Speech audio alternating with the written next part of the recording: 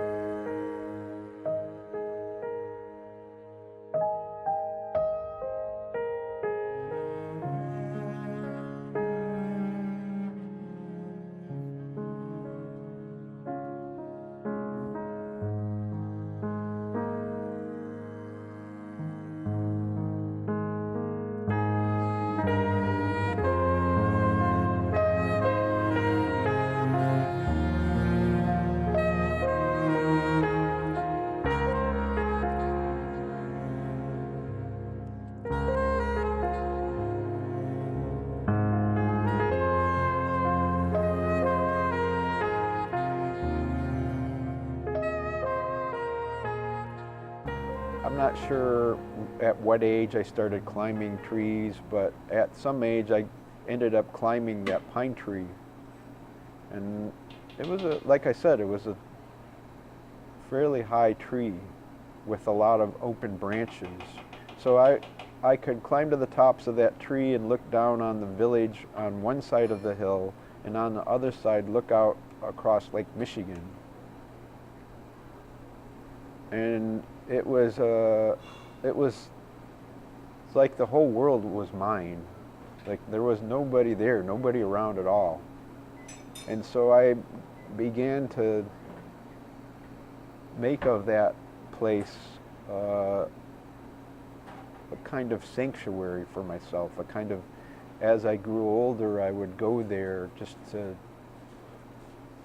sometimes sleep at the trunk of the tree, or sometimes just climb the tree, and all sorts of weather. I remember one time being out in the heights of that tree during a very rainy, windy day.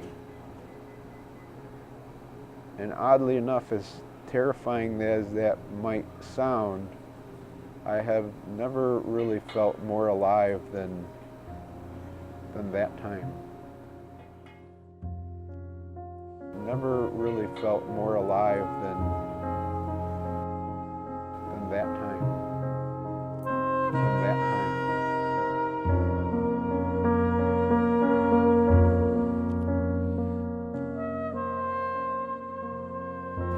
It wasn't really until I went up on that board and proved to those kids that I could do a quadratic equation,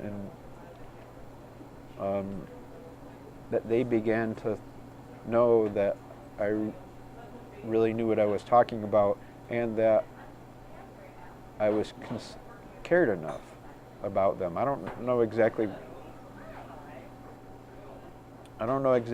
why that mattered, but it did, and it was like one of those tests that I passed, but that we all sort of passed. I've never felt that I've done anything more rewarding than sit in those classrooms and teach those kids. You learn by teaching. You are taught by others. You learn by teaching. By teaching.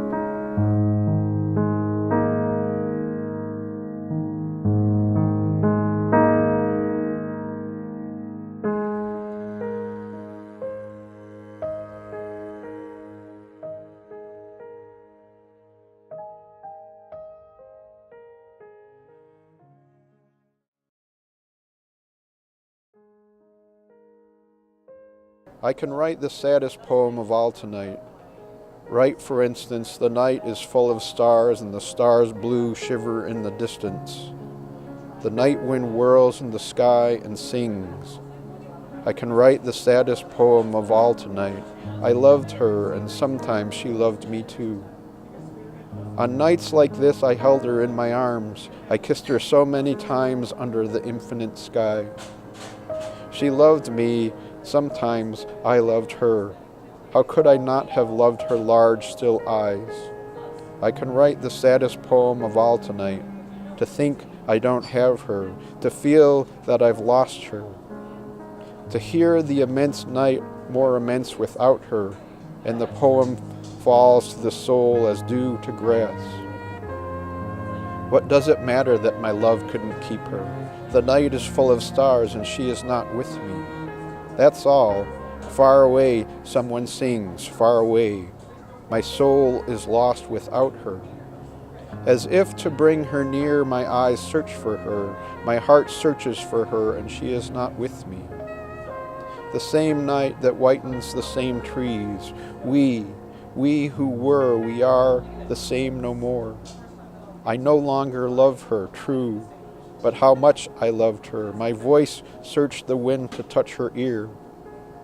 Someone else's, she will be someone else's, as she once belonged to my kisses.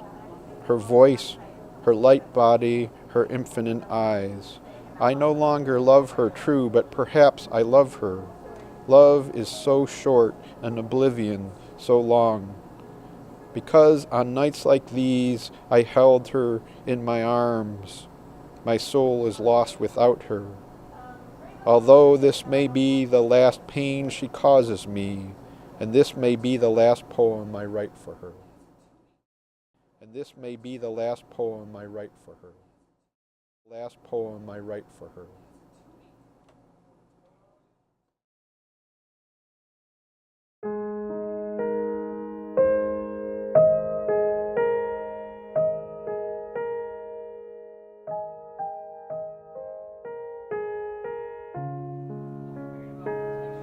One of the poems that I wrote, I'm keep discovering or rediscovering meaning in.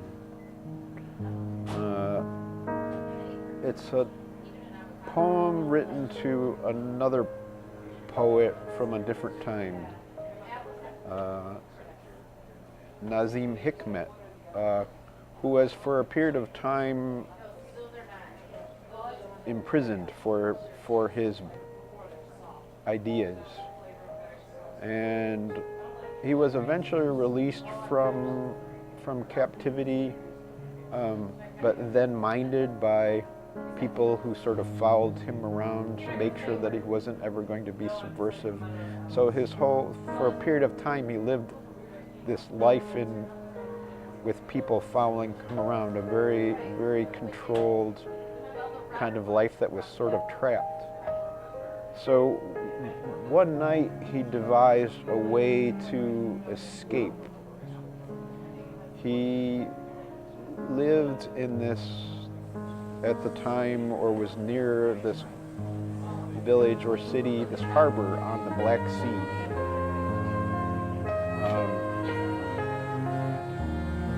And he took a rowboat and he went out into the Black Sea to row a great distance to another, across the city, or across the sea to another country, Turkey, I think he was escaping from.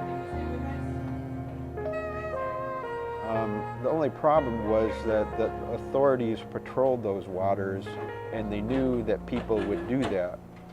So we waited until the weather got really bad. Strong winds and rains and weather that nobody wanted to be in. And he took that opportunity to escape because he knew that the guards would be less vigilant, and being in a communist country, they didn't really, they weren't very, as I said, they weren't, let's put it that way, they were just not vigilant. And the only thing that was troubling about this was that I don't think he knew how to swim, and he was actually terrified of the water. Yet that didn't stop him, and he eventually rowed out as far enough into the Black Sea where he where he was rescued by a patrol boat from I can't remember exactly the country, but the people on the patrol boat, oddly enough, had a poem of his on board, and he was one of their heroes, and he just happened to they just happened to be able to rescue uh, one of their heroes out in the water. Well, that would be a sort of incredible thing. So that story, of that story, after I read it, I wrote a poem. My brother, on that night they brought you up. Did you tell them how waves overwhelm the world, demand everything, how they rise against the unrelenting winds and build with all their liquid weight until they reach a height that is unbearable? Did you tell them how they fall, full of what they are, and crash, a clamor of rage? Did you tell them waves are only water? A clamor of rage. Did you tell them waves are only water?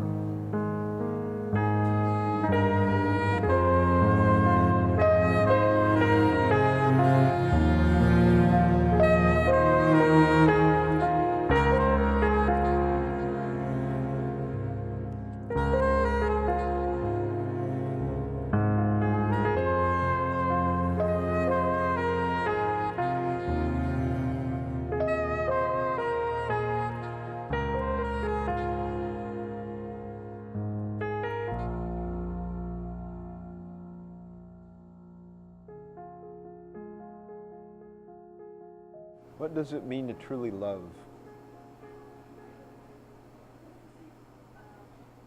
Oh boy.